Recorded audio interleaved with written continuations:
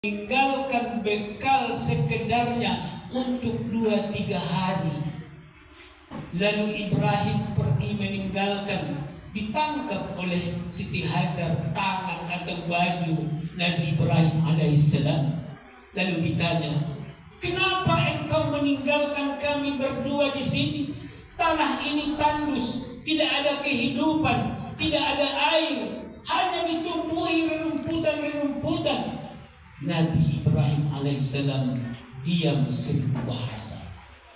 Kemudian Siti Hajar kembali bertanya, ya Ibrahim, wahai suamiku Ibrahim, kenapa engkau tinggalkan kami di sini bersama bayiku yang tidak ada kehidupan di sini? Nabi Ibrahim alaihissalam juga diam, tidak ada menjawab. Kali yang ketiga Siti Hajar menjawab, wahai Ibrahim, apakah engkau meninggalkan kami di sini atas perintah Allah Subhanahu wa taala? Kata Ibrahim, iya. Maka pahamlah Siti Hajar, kalau Allah yang memerintahkan, kalau Allah yang menyuruh, pasti Allah tidak ada menyia-nyiakan hambanya. Rasa optimisme yang sangat luar biasa. Jadi seorang ibu rumah tangga, kita perlu memiliki rasa optimis, jangan memiliki rasa pesimis. Baik di dalam mendidik anak, baik di dalam menghadapi suami, jangan pernah ada rasa pesimisme. Yang kedua, bahwa Siti Hajar adalah orang-orang yang sangat pasrah. Dia tidak pernah berburuk sangka kepada Allah Subhanahu wa taala. Siti Hajar tidak pernah berburuk sangka. Ternyata dia pun meyakini bahwa Allah Subhanahu wa taala akan memberikan rezeki yang melimpah ruah. Lihatlah kaum muslimin, di mana Siti Hajar ditinggalkan oleh Nabi Ibrahim dahulunya beserta bayinya. Itu adalah di Makkah Al-Mukarramah. Dulu padang tandus, sebuah lembah yang tidak ada kehidupan. Tapi lihat sekarang, itu Makkah Al-Mukarramah, negeri yang aman, negeri yang penuh berkah, negeri yang sangat kaya raya. Apa yang tidak ada di sana? Kota Mekah bukan kota yang subur, tapi buah-buahan apa yang tidak ada di Makkah? Semua buah-buahan yang ada di dunia ini itu sudah ada di Makkah. Ini adalah merupakan keberkahan doa Nabi Ibrahim alaihissalam dan doa Siti Hajar. Rabbi ja'alha hadza baladan amina. Ya Allah, jadikan negeri ini menjadi negeri yang aman, negeri yang penuh berkah, negeri yang diberikan rizki yang melimpah ruah. Ternyata doa Nabi Ibrahim ini sudah diijabah oleh Allah Subhanahu wa taala. Sekarang negeri Mekah itu negeri yang aman, negeri yang berkah, dan negeri yang penuh dengan buah-buahan. Ini adalah merupakan ketauladanan yang patut dicontoh atau ditiru dari Siti Hajar alaihissalam. Yang ketiga, sosok yang ketiga, manusia paripurna adalah Ismail alaihissalam. Ismail adalah manusia yang penyabar, manusia yang taat, yang tidak pernah membantah orang tuanya. Terbukti ketika Nabi Ibrahim alaihissalam meminta pendapat kepada putranya Nabi Ismail, apa katanya? Ya bunayya, wahai putraku yang tersayang, inni ara fil manam, ayah bermimpi, anni azbahuka, bahwa aku akan menyembelihmu. Fanzur maza tara, bagaimana pendapatmu wahai anakku sayang? Apa jawaban Ismail alaihissalam? Ya abatif al, wahai ayahku, lakukanlah. Ya abatif al ma tu'mar, lakukan apa yang diperintahkan kepadamu. Kalau Allah yang menyuruh, Allah yang memerintahkan, laksanakan. Insya Allah saya akan menjadi orang-orang yang sabar. Allahu Akbar, Allahu Akbar, walillahil hamd. Ini adalah sosok manusia, remaja dalam usia, tapi dewasa dalam pemikiran, yang perlu dicontoh oleh para remaja kita dan anak-anak muda kita.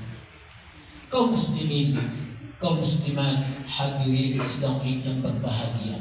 Allahu Akbar, Allahu Akbar, walillahil hamd. Lihatlah bagaimana kondisi remaja kita saat ini, sangat memperhatikan sekali. Semua di dunia pendidikan, semua para guru angkat tangan bagaimana cara mendidik anak di zaman sekarang begitu sulitnya. Bukankah pendidikan itu seharusnya dimulai dari rumah tangga, menanamkan nilai-nilai akidah, menanamkan ilmu-ilmu yang bermanfaat, terutama sekali ilmu asy-syar'iyyah, ilmu di bidang agama. Tapi kadang-kadang banyak di antara para orang tua menginginkan anaknya menjadi anak yang soleh, tapi tidak semua orang tua berusaha dan berupaya bagaimana menjadikan anaknya menjadi anak yang soleh. Jadi Ismail alaihissalam adalah berupa sosok yang patut diteladani oleh remaja-remaja di zaman sekarang. Allahu Akbar, Allahu Akbar.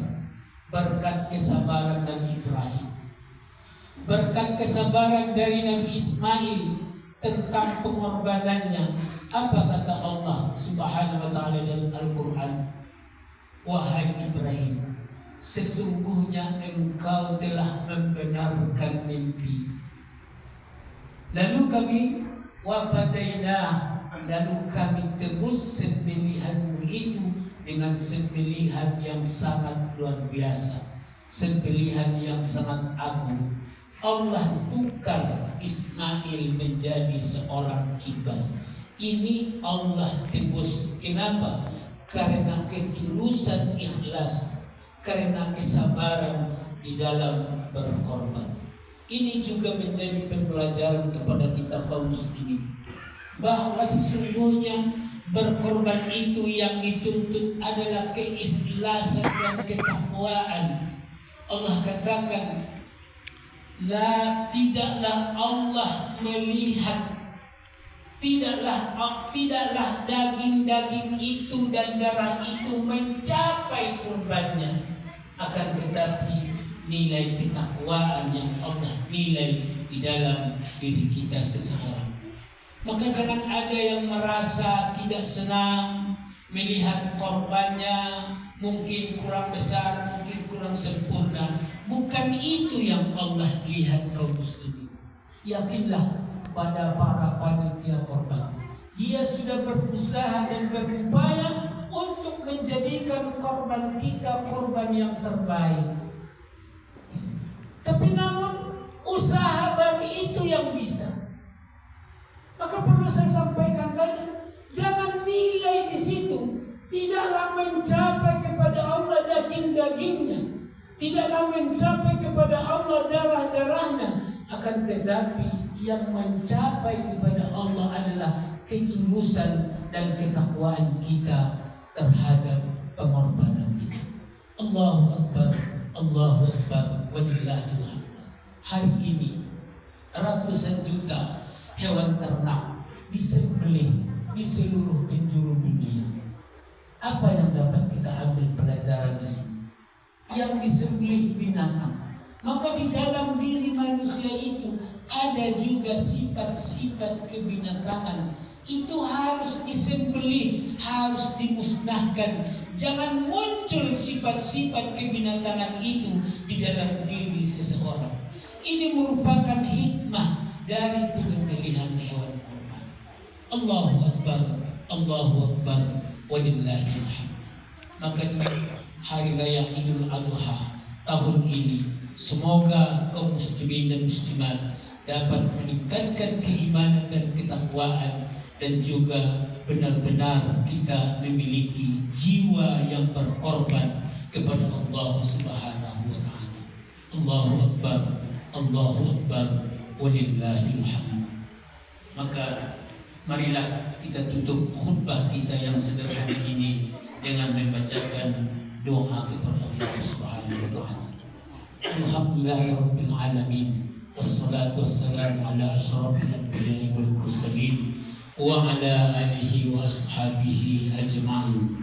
Ya Allah, Ya Rahman, Ya Arhamar Rahimin, Amin. Ya Arhamar Rahimin, Amin. Irhamna fa innaka bina rahim, Amin. Wa la tu'adzibna fid dunya wal akhirah, innaka ala kulli syai'in qadir. Amin. Rabbana taqabbal minna salatana wa siyamana wa ruku'ana wa sujudana wa jami'a ibadatina, innaka antas samiul alim, wa tubu alaina innaka antat tawwabur rahim. Ya Allah, ya Tuhan kami, Engkau adalah Tuhan yang Maha Pengampun, Tuhan yang Maha Penerima Taubat. Kami menyadari sebagai seorang hamba yang dhaif, hamba yang lemah, tidak ada kekuatan, tidak ada daya kecuali Engkau berikan kepada kami. Dan kami menyadari bahwa kami ini adalah manusia yang bergelimang dosa, yang penuh dengan noda dan kesalahan-kesalahan. Andaikan bukan karena pemohon maaf-Mu ya Allah dan keampunan-Mu, niscaya kami menjadi orang-orang yang berdosa dan orang-orang yang zalim.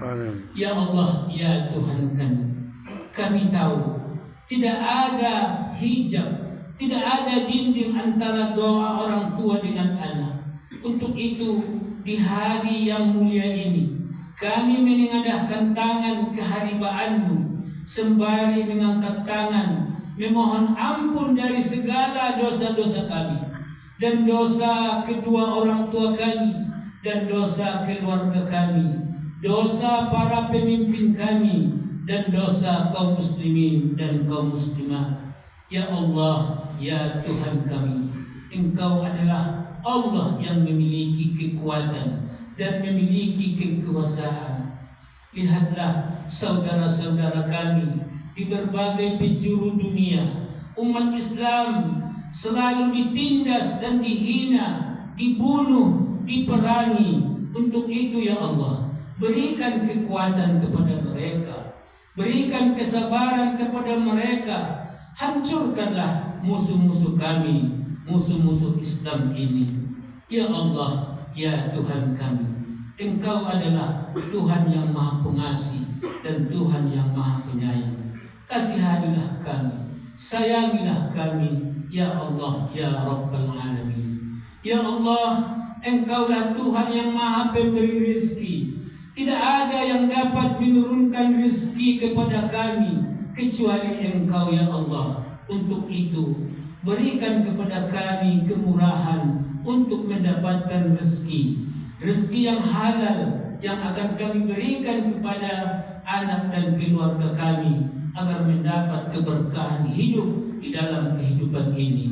Ya Allah, ya Tuhan kami, terimalah doa dan permintaan kami. Tidak ada yang bisa mengabulkan doa-doa kami kecuali hanya Engkau, ya Allah, ya Rabbal Alamin. Rabbana atina fid dunya hasanah wa fil akhirati hasanah wa qina azabannar.